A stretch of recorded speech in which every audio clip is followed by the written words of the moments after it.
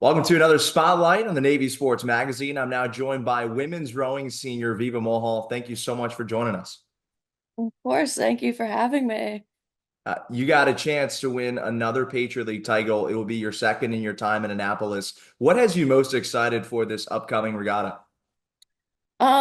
This regatta it's definitely going to be a hard one. We're going in as the underdogs, but this team thrives best. Last time we won when I was a youngster, we were going in underdogs. We were able to pull through, so that really just fires the team up, going out there, not having to defend and just going out on the attack, which is a lot of fun. Uh, We're going to talk about your most recent performance a couple of weeks back. But first, Viva, I want to go back to growing up in Ocean City because you have quite a lot of water around you at your disposal. What got you into rowing and what allowed you to really thrive at a young age? I started rowing my freshman year of high school, and since I was a young kid, I've always just been on the water, surrounded by the water.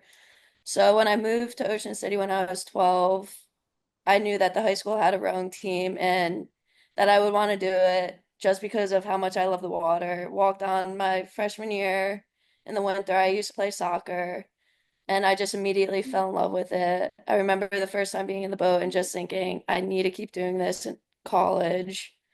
And it was just something I fell in love with immediately.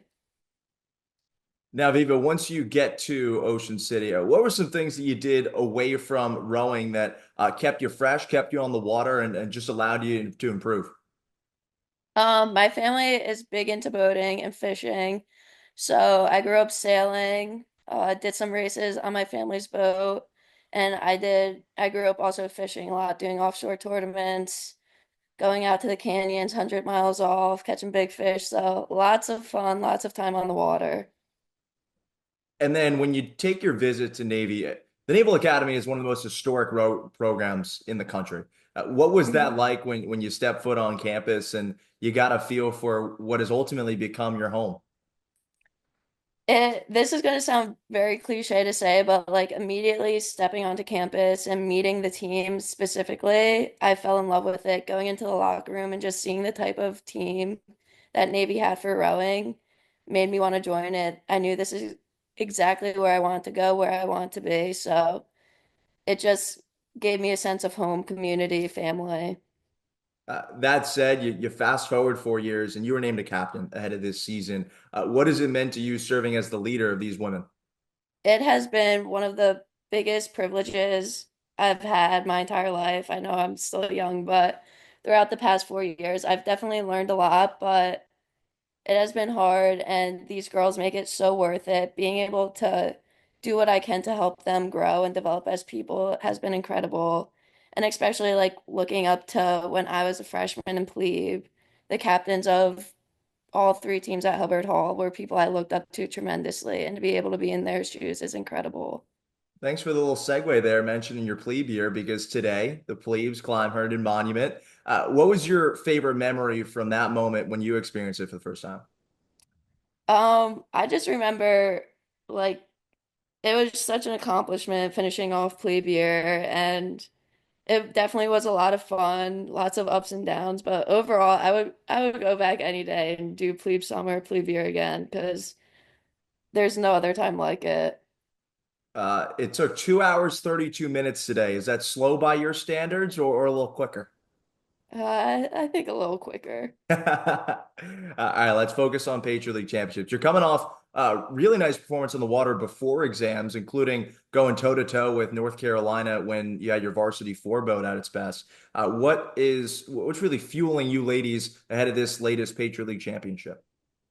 Like I said, we're going in as underdogs, and that is the best fuel for this team. This team is hungry.